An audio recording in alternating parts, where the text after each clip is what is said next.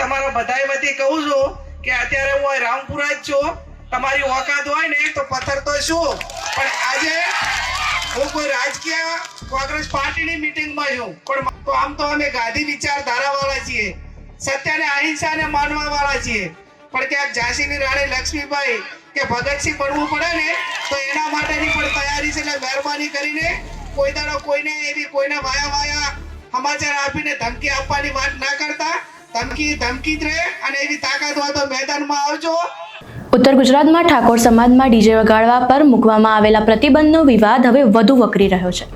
એક તરફ ડીજે સંચાલકોની રોજગારી છીનવાઈ જવાની રજૂઆત સાથે સોશિયલ મીડિયા પર ગીતો બનાવીને સાંસદ ગેનીબેન ઠાકોરનો વિરોધ કરી રહ્યા છે અને ધમકીઓ આપી રહ્યા છે, તો બીજી તરફ હવે ગેનીબેને પણ આ મામલે પોતાનું મૌન તોડ્યું છે। ધોળકાની સભામાં ગેનીબેન વિરોધ કરી રહેલા લોકોને મેદાનમાં આવવાનો પડકાર ફેંક્યો છે।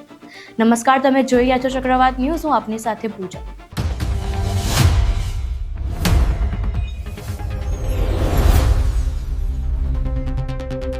ના નિર્ણય બાદ ડીજે સંચાલકો અને કેટલાક કલાકારોમાં ભારે રોષ જોવા મળી રહ્યો છે। વિરોધ કરનારા ડીજે સંચાલકોનું કહેવું છે કે આનાથી તેમની રોજગારી છીનવાઈ જશે। વિરોધ એટલી હદે પહોંચ્યો છે કે સોશિયલ મીડિયા પર કેટલાક એવા ગીતો વાયરલ થયા જેમાં ગેનીબેનને જેલમાં નાખવાની અને પથ્થર મારવાની વાતો કહેવામાં આવી છે। તો આજે તમારા બધાય વતી કહું છું કે અત્યારે હું રામપુરા જ છું।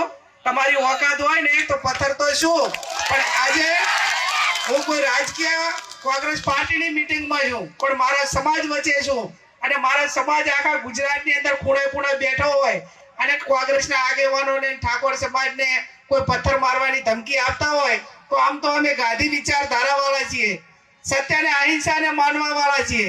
પણ ક્યાંક ઝાંસીની રાણી લક્ષ્મીબાઈ કે ભગતસિંહ બનવું પડે ને તો એના માટેની પણ તૈયારી છે। એટલે મહેરબાની કરીને કોઈ દાડો કોઈને એવી કોઈના વાયા સમાચાર આપીને ધમકી આપવાની વાત ના કરતા। ધમકી જ રહે અને એવી તાકાત હોય તો મેદાનમાં આવજો। મેદાન તમે નક્કી કરજો કે અમારે કઈ જગ્યાએ આવવાનું છે। એટલે કોંગ્રેસનો કાર્યકર એક ગાંધી વિચાર સાથે વણાયેલો છે। આપણે બધા સદારામ બાપુને ભારતીજી મહારાજને માનવા વાળા છીએ, પણ મહેરબાની કરીને ક્યાંક આ ખોટી મગજની નસ ખેંચવાનું ના કરે એવી પણ હું એમની પાસે અપેક્ષા રાખું છું। આ સતત થઈ રહેલા વિરોધ અને ઉશ્કેરણીજનક ગીતો વચ્ચે ગેનીબેન ઠાકોરે ધોળકાના રામપુરમાં આયોજિત કોંગ્રેસની જન આક્રોશ યાત્રાના મંચ પરથી પ્રતિક્રિયા આપી છે। તેમણે વિરોધ કરી રહેલા લોકોને પડકાર આપતા કહ્યું છે કે પાછળથી ધમકીઓ આપવાને બદલે તેઓ સીધા મેદાનમાં આવે।